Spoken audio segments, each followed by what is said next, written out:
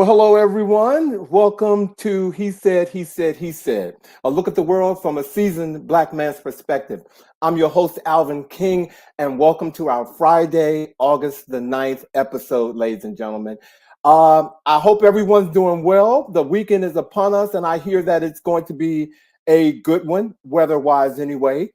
For many of us who live here in D.C. and on the East Coast, Tropical Storm Debbie she did DC this week. And today it was, incredible. She slammed the East Coast and Washington, DC, like I have never seen rain come through here. And I was just telling the folks backstage, my sump pump even came on. And I've never experienced that in my house, but it came through here, and I hope everyone is safe. And I even got a shelter in place warning this morning at 8:30 here in DC. And what made me, why I'm mentioning that in particular, because like many of you, we've heard of Project 2025, and many of you, like me, should be reading as much about it as you possibly can. And I just remember reading something in Project 2025 that talked about climate change. And there's a proposal that would wreak havoc on the nation's ability to prepare for and respond to climate disasters. Project 2025 suggests that eliminating the National Oceanic and Atmospheric Administration and the National Weather Service by replacing them with organizations with private companies. Ladies and gentlemen, we must protect our access to these life-saving weather alerts and climate data, and make sure everyone knows about these dangerous anti-science policies in Project 2025. We have to vote. You have to vote, ladies and gentlemen. That is your project for 2024. Make sure that Project 2025 doesn't come to fruition. All right, that's my PSA on Project 2025, ladies and gentlemen. This week, Mayor Bowser, mayor of DC, she lost her father, Joe Bowser. He was a fierce advocate for DC who, again, died earlier this week, according to a statement by the mayor. He was 88 years old, a DC native who spent much of his life as a public servant in his Northeast Washington neighborhood. Our condolences to Mayor Bowser, her family, and all of their friends. Please send your prayers to the mayor during her loss. All right, about our show tonight, because this is a really, really important show. It's our season 3 closing show, ladies and gentlemen, and we could not be more happy about our special guest. Voting at the local level in your jurisdiction is just as important as voting for the presidential election. And to, again, close out our season 3, joining Bobby and I tonight is the nation's Capital At-Large Councilmember Robert White, and he's here for an up-close and candid discussion about some important issues that affect Washingtonians, such as public safety, the future of our economy, housing, and education. And what makes this show so unique tonight is that we are all DC born and raised, ladies and gentlemen, and 2/3 of us on this panel who have seen 60 years of changes in our city of what used to be called Chocolate City. And I'm saying Chocolate City no more, all right? So, ladies and gentlemen, if you all are ready, and we have a wonderful show, a packed show for you tonight. So, again, if you're ready, let's get on with the chat.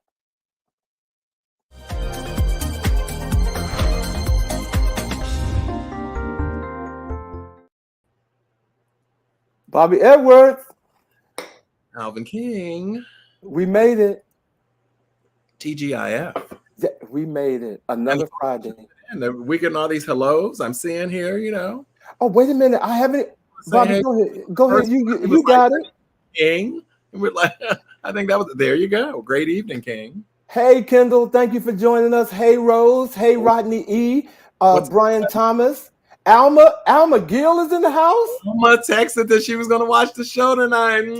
What? She's not traveling? Girl, I'm surprised. Are you in DC or somewhere around? Because you've been traveling the world. We follow you too. Okay, so she's been being a grandma. Thank you for joining the show. Hey, JJ. Thank you all for being here tonight. Well, Bobby, this was one of those historic weeks that we've been looking forward to, as we all know. Yes. And well, you know what? It has been, but not for what many of our viewers know or think. Okay. Yesterday was our illustrious producer's birthday. So we want to say happy birthday to Norman. Ladies and gentlemen, please, if you can, click in your, in the chat. It is our producer's, but we can't do what we do without him. Norman is like Oz, guys. Like he's behind the curtain. He's the one that's making sure the pictures come up when they're supposed to come up and sending us little notes to say, all right, keep it moving. Like he's our Oz. So we want to say thank you to our Oz, Norman. Thank you. Happy birthday, happy belated birthday, Norman. You are one of the great ones. Okay, also, let me also thank you all for saying happy birthday to him. He's going to be so happy. Also, Mark Brown is on here. Wait a minute. Mark Brown is on here. That's like Joe Biden took some time to get online. Come on now. Mark. How you doing, Mark? Thank you for joining the show. Hey, Patrice. How you doing? Oh, Emmanuel, you guys are here today, and I know it's only because of Robert White, because he is truly amazing. Okay, I'm gonna keep this show moving. We don't care. They're here. I'm gonna keep it moving. So Bobby. Yes. Kamala Harris has chosen her running mate. She has. Governor Tim Walz. Yes. What's your take on that?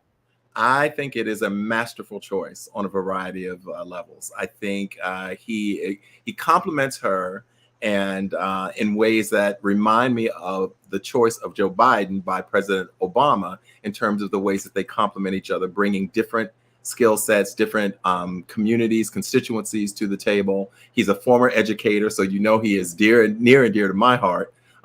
Football coach, just a nice guy who is also quite smart and quite prepared to address some of the ridiculousness that's out there. So all in all, quick summary, I think he's capable.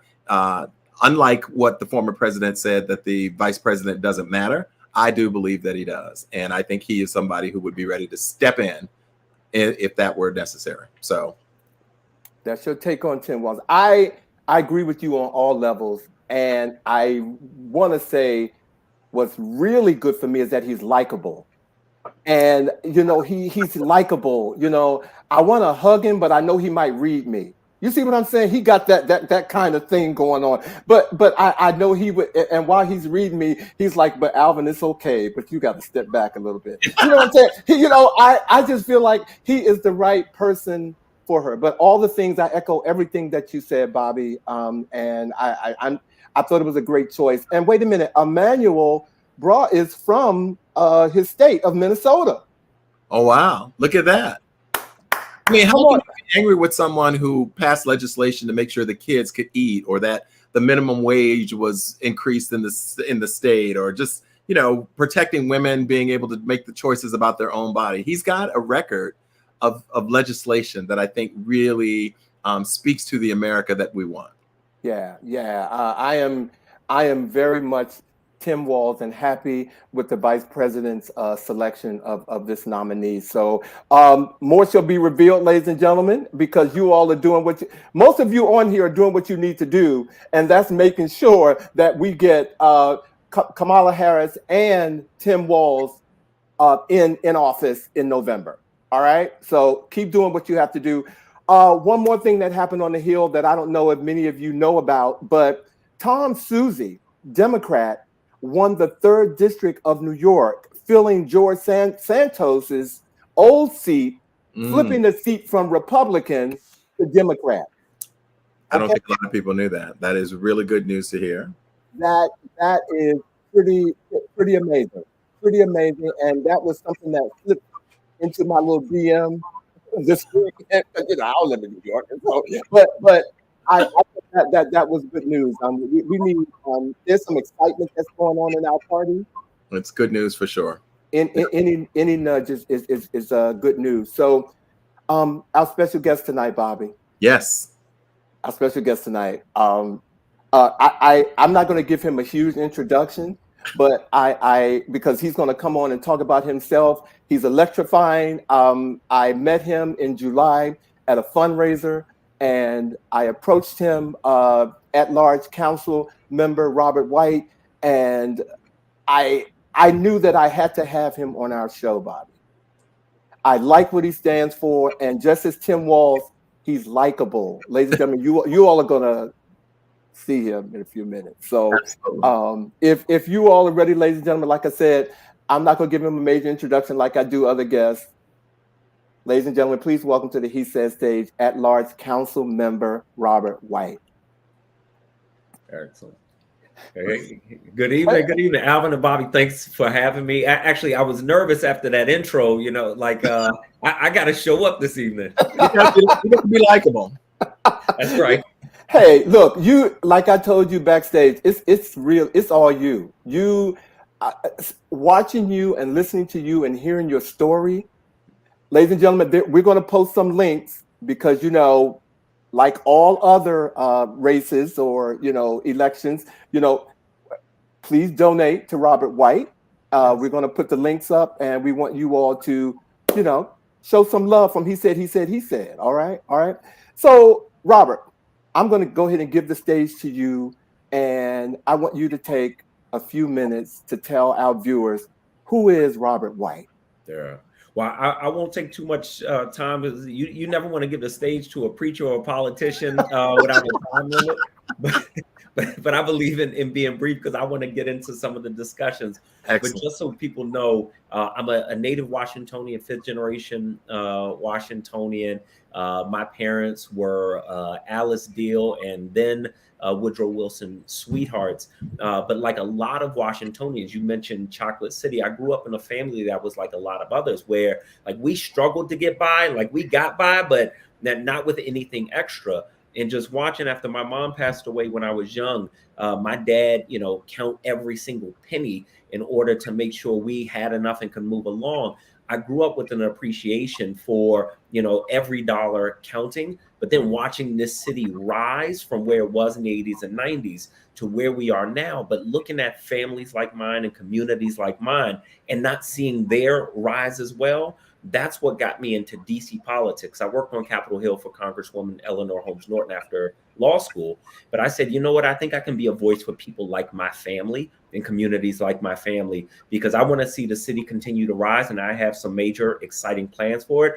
But when we rise, I want the people and families and communities here to rise too. So that's the work that I'm doing and would love to get into some of it because we've done some things that have been groundbreaking nationally, including passing the only bill to restore voting rights for all incarcerated people. It's a bill I passed a few years ago. I've been working on major expansions of early childhood education, and then looking at the issues like public safety, understanding you can't take shortcuts. You can't incarcerate your way to that. You got to invest in young people. You have to invest in communities, and there are ways to make our communities safer without going to the old broken tactics. So love that we have an opportunity to have this dialogue this evening.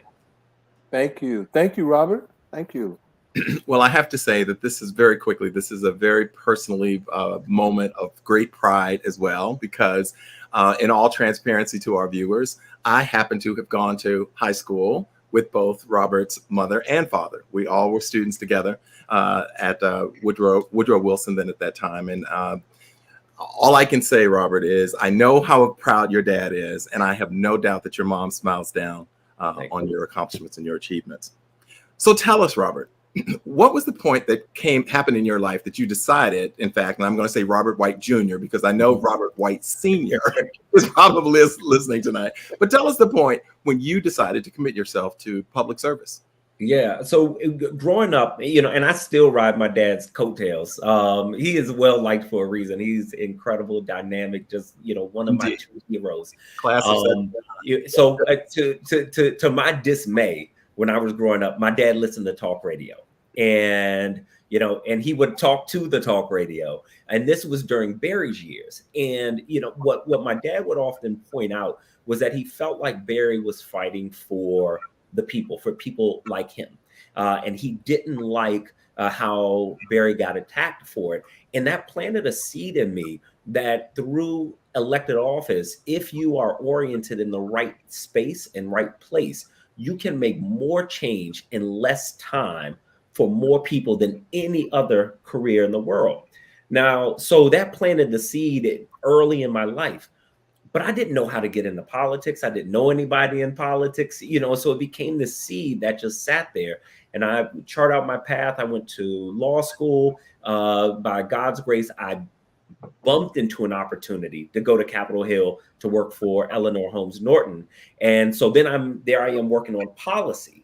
But then after 5 years working for Eleanor Holmes Norton, I'm sitting at my desk one day and I can't shake this feeling in the pit of my stomach. I'm thinking about my community. I lived in Southeast at the time. I'm thinking about my dad, but then I'm thinking about these projects I'm working on my desk. Southwest Waterfront, St. Elizabeth's development. And it struck me that, like, who's looking out for families and communities like mine?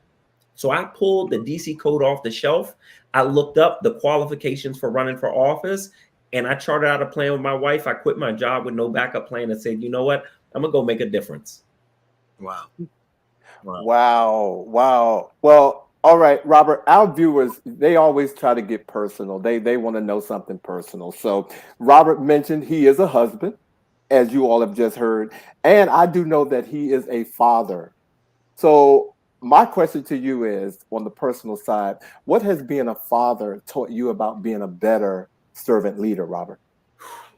It has taught me so much. I have two girls, Madison, who is 8, Monroe, who is 5, and I never thought I would have daughters. So I wasn't prepared. But I say God knows. Girl dad. God knows what you need. I was ready. My dad was quick with a no, right? I had the same instincts. But I can't say no to these girls. Now, being a father, there's one thing to have a vision for your own life and your own work. But I talk to my girls about the work that I do and our responsibility for social justice for other people. And I have to explain to them what I do. And at some point, I'm going to look back and they're going to look back at the work that I've done in elective office. And I want my girls to be proud of me and say, you know what, my dad made a difference. He didn't waste time. He didn't take time. He made a difference. And so being a dad has really elevated my sense of personal responsibility to make sure that I use my time in public office for the right things in ways that are demonstrably good for the people that elected me to help them. Thank you. Thanks, Robert. I will say one other thing. Mm-hmm. Having kids has helped me draw boundaries. And especially when COVID hit, I have to be present for my girls. And that means that I have to say no to some things, including community meetings. And that's healthy. But it also, I think, helps say to other fathers, you can do both, public service and be all in, or whatever your career is, and be a present father. And I think that's an important thing in any profession. Wow. I also, look, I am not a father, but the words that you just spoke should resonate with a lot of men who are struggling, can they do this or can they do that, and feeling like they have to decide. And that word that you use, boundaries, it is very important. And I think generally, a lot of Black men, I'm just going to say generally, we don't exercise our boundaries in a way that benefits us. So that was a good word, Robert. Are you a preacher? You're not a preacher, are you? I'm not. I'm not. My dad is. Okay. He's the son of one. I'm the son of a preacher. Because I was going to go get the plate. Okay, I'm sorry, I digressed. I'm telling you, that was a word right there. Thank you, Robert. Obviously, it's in his blood. But Robert, like in Washington, D.C., as in many major cities, housing is often an issue. And the cost of housing. As someone who lived away for many years after growing up here and then coming back to the Washington area, just shocked at the cost of housing. Can you talk to us about things that are happening on the council to make housing available to middle-income families and individuals? Yeah, so I'm glad you're asking this, and I'm glad you're asking about middle-income people. Well, what I've found that causes me some frustration since I've been on the council is that often there's advocacy for affordable housing, for low-income housing, and not a lot of advocacy for workforce housing. But I believe there has to be a ladder. So we're always preaching to young people. We want to see them do better and have opportunity. But let's say somebody grows up in public housing in another low income housing situation. They, get a career, they make money, they make $80,000, $90,000. Now they have nowhere to live. That is a problem. And frankly, if folks making $80,000, $90,000 don't have anywhere to live, your economy is going to sink too. So what I'm doing on the council is, one, I'm trying to be a voice to make sure we are building that middle income housing. And the reality there are a couple things that have to happen. One, there's no way around the fact you have to build more housing. So I'm always looking for ways in investing money, like in our housing production trust fund, home purchase assistance program, to make sure there's money to produce and purchase housing. But I also have been pushing since 2016 on something that I think we're finally going to make some substantial progress on, which is building a substantial amount of housing downtown. So before COVID, office buildings were already starting to empty out. But since COVID and virtual work and AI has really shifted things, downtown is never going to be again what it was in 2019. Now, you could see this as a crisis, or you could see it as an opportunity. The opportunity here is to reduce the number of office buildings, create neighborhoods downtown. We could create so much housing in the next 5 to 10 years. That would take the pressure off the cost. That would allow us to build more workforce housing, more artist housing, more senior housing. So I want to see us produce more housing. And some of that is the funding, but the other part is the vision. And I'm getting impatient with my vision for downtown. So I'm going to be hitting the accelerator in the next couple of months, because I got to push things ahead right now. All right. Step on the pedal, my brother. So with saying all that, Robert, can you address the current level of what appears to be uncontrolled gentrification in many parts of our DC neighborhoods? Yeah. So, and this is something we are seeing across the country as well. But let me sort of talk about the term gentrification quickly, because there are two things. One is changing neighborhoods. And to some extent, we want to see changes. We want to see more coffee shops, dry cleaners, grocery stores, particularly in predominantly Black neighborhoods that we haven't seen it. Southeast DC, comes to mind. What we don't want to see is the displacement as a result of that. And I don't believe you have to displace people in order to bring the things that folks want. So if we build more workforce housing, stop putting all the affordable housing in the same places, in Ward 7 and Ward 8 and Deanwood. Stop doing that. Build workforce housing there, so you have disposable income. Businesses will come get grounded in those communities. But that's the piece we're missing, Alvin, is really building workforce housing in the neighborhoods that we have traditionally just thrown all the affordable housing in.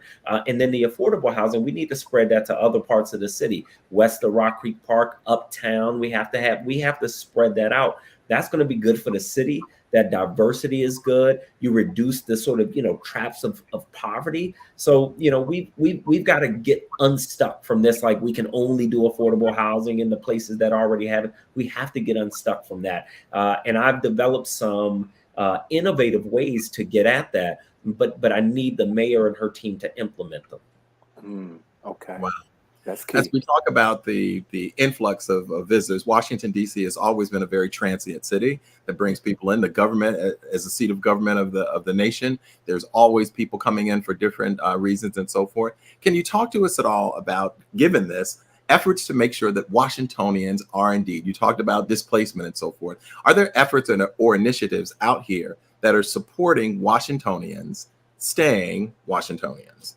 And not enough. And so you have programs like the Home Purchase Assistance Program, which helps people who live here purchase their first home here. But what I don't think we do a good enough job in DC with is investing in our folks. So that's a place that we've got to do much better. I think we do that in a couple places. One, creating programs in our schools for young people to help them develop in music and the arts and sports and what have you, but help them to develop. But also for our artists of any age, we have to create more of a foundation that's artist space, that's performance space, that's artist housing, so that we can start to see really our renaissance. but not because we are looking for people from other parts of the country. I mean, I hope they'll come, but by investing in the people who are here already. But I believe that investment has to really start with our young people. If we start to invest in our young people in a bigger way,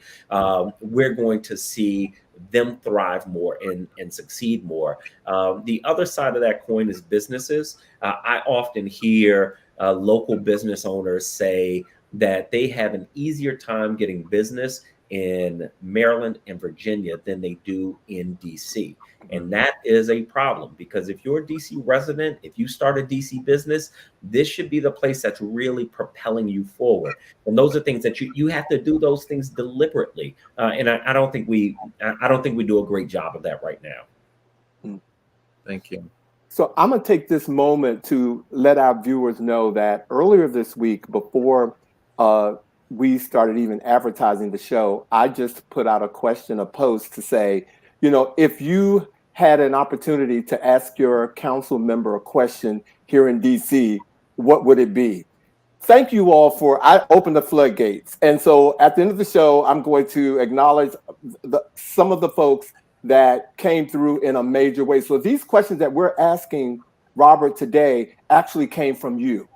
All right. So I want to thank you all for that. And again, we'll acknowledge you all at the end of the show. So Robert, one question that came from one of our viewers was, what is being done specifically by the council to improve the economic revitalization of depressed corridors such as Georgia Avenue in Northwest, Rhode Island Avenue in Northeast, and Benning Road in Northeast? Is there anything underway for that?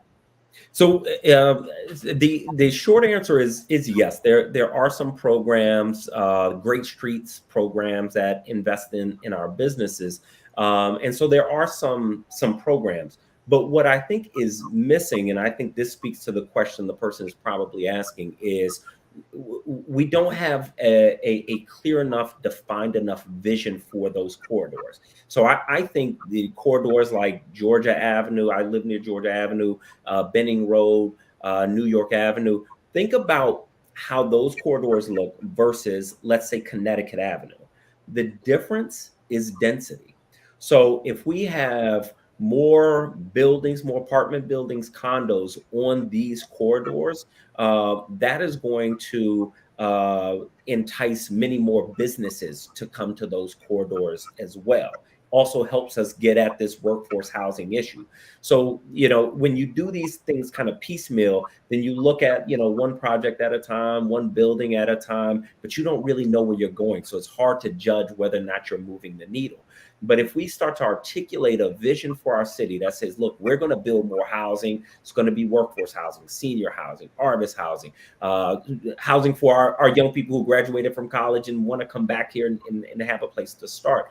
And we're going to build this on these corridors. And the result of that is that you're going to see more grocery stores, more coffee shops, more dynamic businesses. Then people start to understand that vision, they buy into the vision. And so every time there's an application for a project, you know whether or not it fits that vision. But first you need a vision. Right now, we're largely operating without a vision. So it's just not happening in the way that we would like. We see like a tire shop here, no shade to a tire shop, because there's one on Georgia Avenue that has saved me. You know, you see a little used car lot there, then you see a building in between, you know, and it's hodgepodge. And I think we can do better than that. So that's where I want to see our city go. And one of the things that I like doing is really fleshing out my vision for the city, talking to people about what that vision is and getting buy-in, because whatever we can envision, we can build. But if we don't envision it, we won't build it. All right, ladies and gentlemen, thank you. Another question as a Washingtonian. One of the things that I've always loved about our city in terms of urban planning, it's a very organized city. There was a lot of thought that went into the structure and design and the aesthetics of Washington, D.C., where streets are numerical, alphabetical, they build on syllables, in those ways. But there's also, in terms of the urban communities, the urban neighborhoods, there was a consistency, I think, in terms of the visualization of these communities. Many of the row homes and so forth, they were unique in their small certain ways, but the skyline was pretty consistent. the homes look, and they created a sense of continuity to the communities. In the last decade or so, these pop-ups, these that just create a very different visualization in terms of inner city neighborhoods. I remember a time when it was said that these pop-ups would be discouraged, that they wouldn't happen as frequently, that investors would not be able to come in and literally change the visual landscape of the city. Not necessarily so. Can you talk to that? Yeah, so this, I'm glad you asked this right after we asked about gentrification and the cost of housing. One of the things that compete against each other is the availability of housing and the cost of housing. These pop-ups, as much as an eyesore as some of them are, they define pop-ups. I just realized that we know what they are, but I don't know if you know what. Thank you for that. Let me.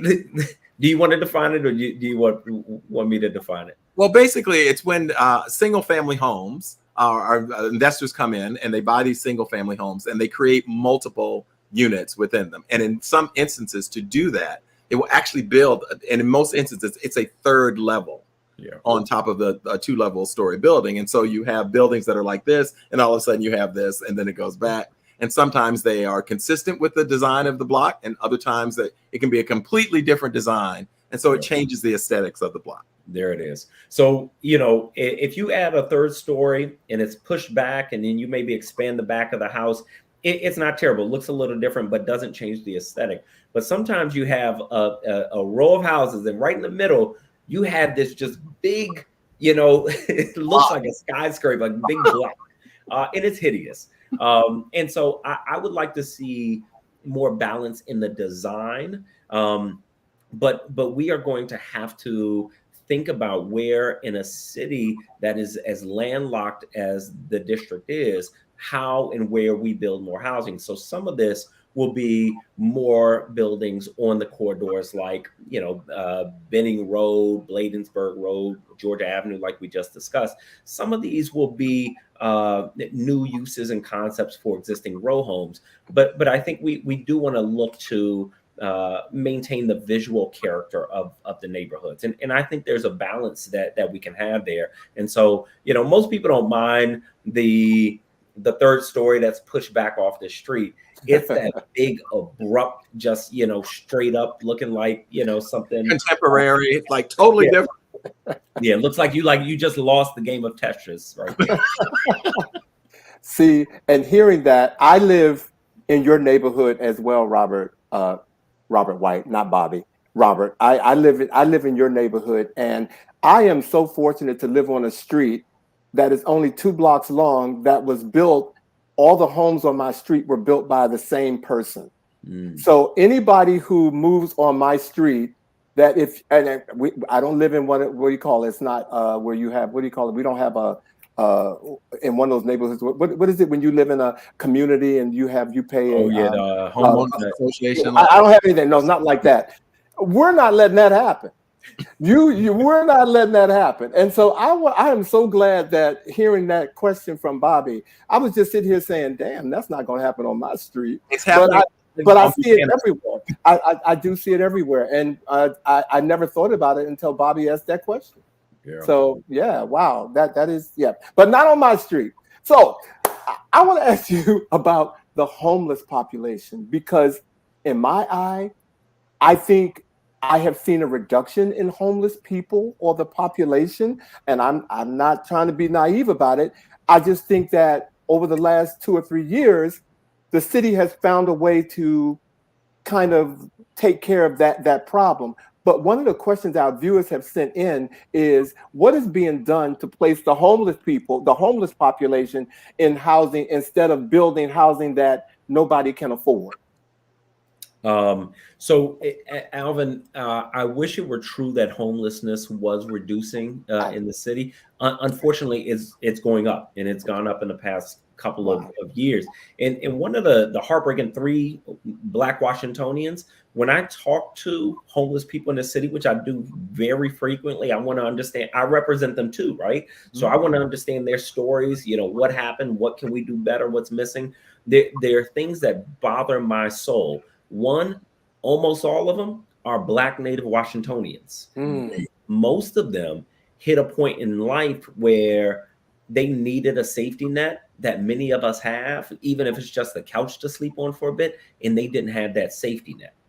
The other thing that really hurts is almost every homeless person I talk to in DC has already been approved for a housing voucher, but they have still been living on the street for 1, 2, 3 years, waiting for the process of that voucher to come to fruition. Now, it is unacceptable that like process is what's stopping people from living in homes.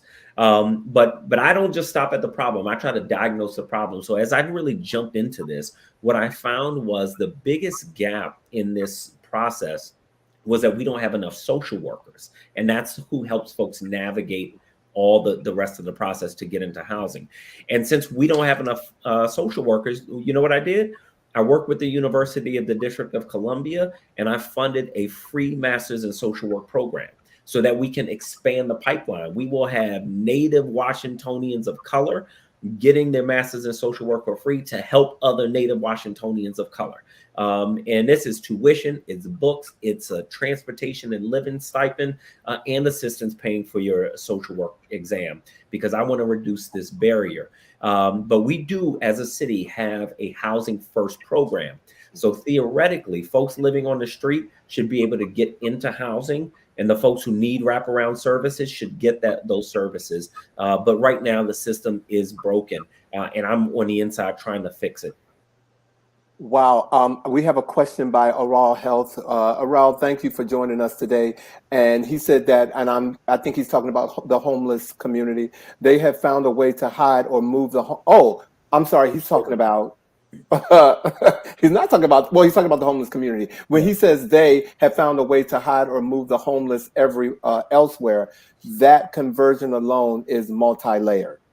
Yeah. That conversation, yes. Yeah. Okay. Yeah, that's a good point. I mean, this is something I raise flags on all the time. We do these encampment sweeps, right? And the problem is when you clear an encampment and the shelters are full, where do those folks go? Right. They go in front of somebody else's house. They go to another park, but they don't end up better. And in fact, they end up worse because it's taken some time. A lot of our homeless population in DC, a significant portion of our homeless population, have severe mental health issues. And so it takes a lot of time for these caseworkers to develop the relationships and trust and start moving them into the right programs. But when you just like displace them, through these encampment clearings, you roll that backwards, and it actually makes the homelessness issue worse. It is something I do not support. I think it hurts our efforts to end homelessness. So I appreciate that concern. Thank you. Thank you. Another issue, obviously, that has been on the minds of many Washingtonians and people across the country in terms of major cities is the whole connection of crime and youth.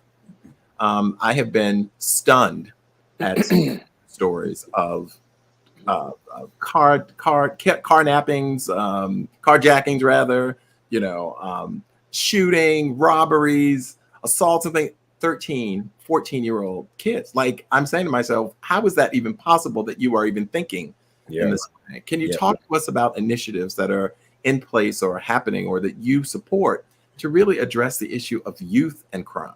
Yeah. I mean, this is something that is startling. It's heartbreaking. I don't want to see anybody behind bars. I especially don't want to see young people behind bars. But when we give young people the sense that there are no consequences for crime, especially violent crime, we encourage that behavior and it spreads. And so we do young people a disservice by not holding them accountable. But the solution isn't just, well, let's figure out how to lock, young people up more and lock them up longer. We have to get to the root of these issues and start solving them. So accountability after you commit a crime is one aspect, but we also have to focus on preventing more young people from going down that path. So I spent the first 6 months of this year just talking to young people across the city to understand from their perspective what was happening, why are their peers acting out in this way, what are you missing, what can we provide for you?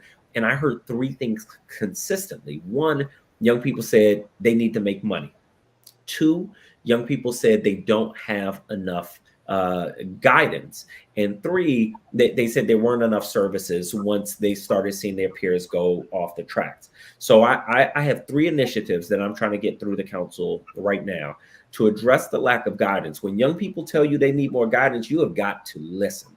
So I have a bill that would allow every single one of our 40,000 DC government workers to get a one paid hour a week to mentor or tutor a young person in our city. So we could, as quickly as we sign a bill, get an army of professionals into the lives of our young people. The second thing I'm doing is I'm working on the biggest expansion of vocational education that we've ever had in our city. Because young people in high school who don't plan to go to college, when they start saying, well, if I don't plan to go to college, why am I still here? That's a dangerous thing. We've got to make sure they see a $60,000, $70,000, $80,000 career within reach right after graduation. The third part of my plan is on truancy, understanding every single month, school by school, which schools are getting kids into their seats and which ones are not, so that the schools that are doing a good job, we can learn from them. And the schools that are not able to get kids in their seats, we get the resources to them quickly and in real time. Because truancy is the first bright indicator that something's going off track. And that's where we want to intervene. So we've got to start addressing problems in a smarter way. You can't just kind of like throw stuff against the wall and see what sticks. You got to talk to people. You got to assess what's happening, and you have to make plans to really address these root causes. Robert, I know that we are getting close on time, and we do have a couple of questions. So I'm going to speed this up, if I may, because I could talk to you for 2 hours. I know I could. Robert, this is from one of our viewers, who are your biggest financial supporters, and were any concessions made to obtain their support that could impact constituents? Yes, my wife is my biggest supporter, and I conceded to her that regardless of where my heart is when I'm 65, I'm retiring. But I think it'll be before that. So I use public financing. Nobody in my race, I'm in a race right now, nobody can donate more than $100. So that's it. I don't have like an industry that's a particular supporter. Even without public financing, the donation limits in DC are pretty low. So if I was not using public financing, the most any person could donate to me would be $1,000. And I tell folks all the time, I hope you're not selling your soul for $1,000. But all that to say, I don't have any big financial supporters. It's a lot of people, thousands of people making small donations. And ladies and gentlemen, as I said, we will put up Robert's link where you could go to reelectrobertwhite.com and please make a donation. Please make a donation. Thank you. Oh, I'm sorry, Bobby. I got in the way of your question. That's all right. I know we're as you said, we're close on time. So I want to ask a question that I'm sure for those of us who are Washingtonians is on our minds. Robert, you previously ran to be mayor of Washington, D.C. That did not happen. But the question on my mind and my heart, and I'm sure others, is that something you still aspire to one day be our mayor here in the district? So, I'm running for re-election right now for my at-large seat. There's a lot of work that I'm doing that's important that I'm going to keep doing, and there's more that I can do in this seat. But I will say this: I have a vision for this city that I cannot unsee. And I believe that our best days are ahead, and that we have to understand what our next chapter is as a city. Because if we don't go seize it, we will suffer the consequences for some decades. And the vision I have for this city is, as I said, it's one that I haven't let go of. And my wife has given me permission to run for mayor one more time. So that's all I can say. Choose that time wisely. Choose it wisely. That's right. Choose it wisely, and thank her for the rest of us. Yeah, please do.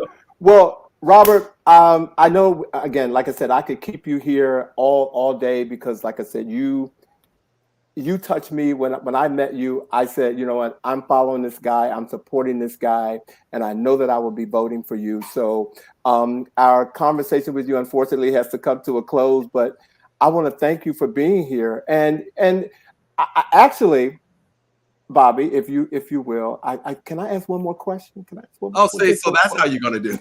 No, Bobby, no, you go ahead and ask, because I really want to ask that question. You go ahead. Go ahead and ask your question. Are you serious? Okay, all right. Is there, Robert, what legislation that you have passed that are you most proud of? And I'd like you to take us out on that. Yeah, absolutely. You know, when I was, and I appreciate that question. When I was going through law school and taking the bar, starting my work on Capitol Hill, my brother, who I'm incredibly close with, you know, I love him to death. He was going through a difficult time in his life. He was incarcerated. That was tough on my family. And watching him, my brother, just in terms of book smarts, incredibly smart. He has a good family. We don't have a lot of financial resources, but we have a good family, solid family. But my brother had such a difficult time transitioning back to the city. And what I learned through that process in our relationship was what disenfranchisement of incarcerated people means for their families and their ability to get back on track. And I promised myself that if I was ever in a position to do something about this issue, I would, even though it's not the type of thing that would usually get you elected. And I passed a bill about 3-4 years ago now, making DC the first jurisdiction in the nation to restore voting rights to all incarcerated people, because this was a relic of Jim Crow. And we got rid of literacy laws. We got rid of, preventing poor people from voting, poll taxes. The one thing from Jim Crow stopping people from voting that we never got rid of was disenfranchising incarcerated people. And so I was able to turn that back in DC, and I hope to see other states do it as well. Wow. Thank you. And is this your dad? Is this Deacon Bobby who said, "Well said, son"? Is that your dad? That's my dad. Thank you for joining us, Deacon Bobby. I heard a lot about you through Bobby. So nice to thank you for joining the show. Robert, first of all, thank you for joining the Bald Crew. I appreciate you tonight.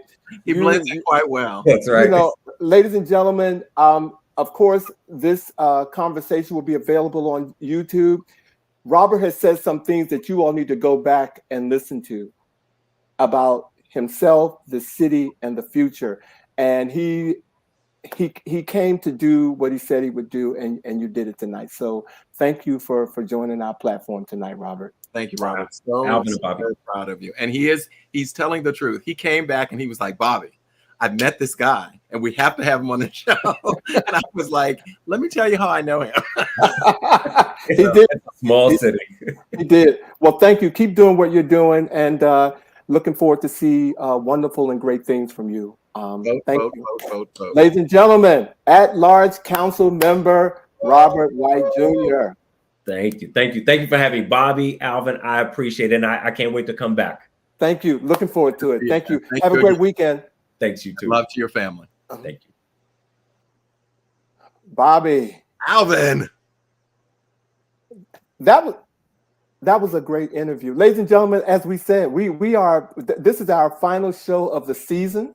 And Bobby and I are taking a much needed hiatus. But you know what, as always, thank you, Michi, for showing up tonight. Thank you for showing up. But you know, this week, as we said, has been really, really full. And most of it has been centered around the Olympics. Would you agree, Bobby? and of course, I love this image being here, because you know the running joke on the street now is that that's Mary J. Blige, because they're like Mary J. Blige. The Paris Olympic logo, which is supposed to be a torch. It looks like Mary J. I heard that, and I had to look at it and agree. I was like, uh-oh. No. Well, if we could play no more drama, we sure have seen it over the last couple of days. Okay, if that's for sure. And we don't want to give any spoilers away, because Bobby and I have been knee deep in the Olympics, like many of you. And we made a promise, no spoilers. No spoilers, but we do want to talk on some of the melanin magic that has occurred, during the Olympics. And I'm going to kick it off. One of the first things I want to say kudos to Snoop Dogg. I did not know Snoop Dogg could come on and he has just made a presence during the Olympics that made me really enjoy it. You got to give credit where credit is due. Like I have seen him swimming with Michael Phelps. I've seen him looking at equestrian sports with Martha Stewart. I've seen him, hanging out with the gymnasts. I have to give it to him.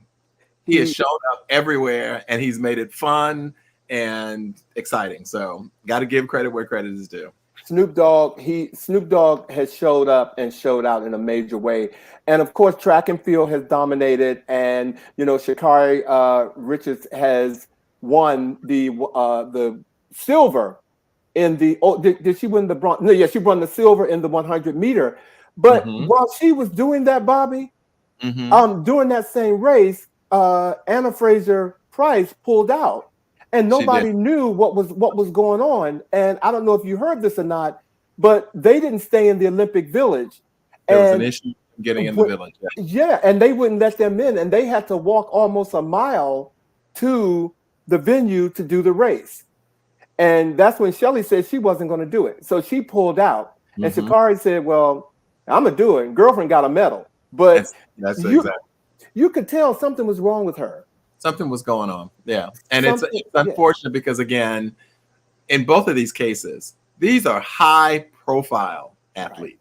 Right. These are not athletes that you're like, well, there's no way they would have known that they are competing for their countries. Both of these women are very, very high profile. So it's really hard to understand how something like that could happen.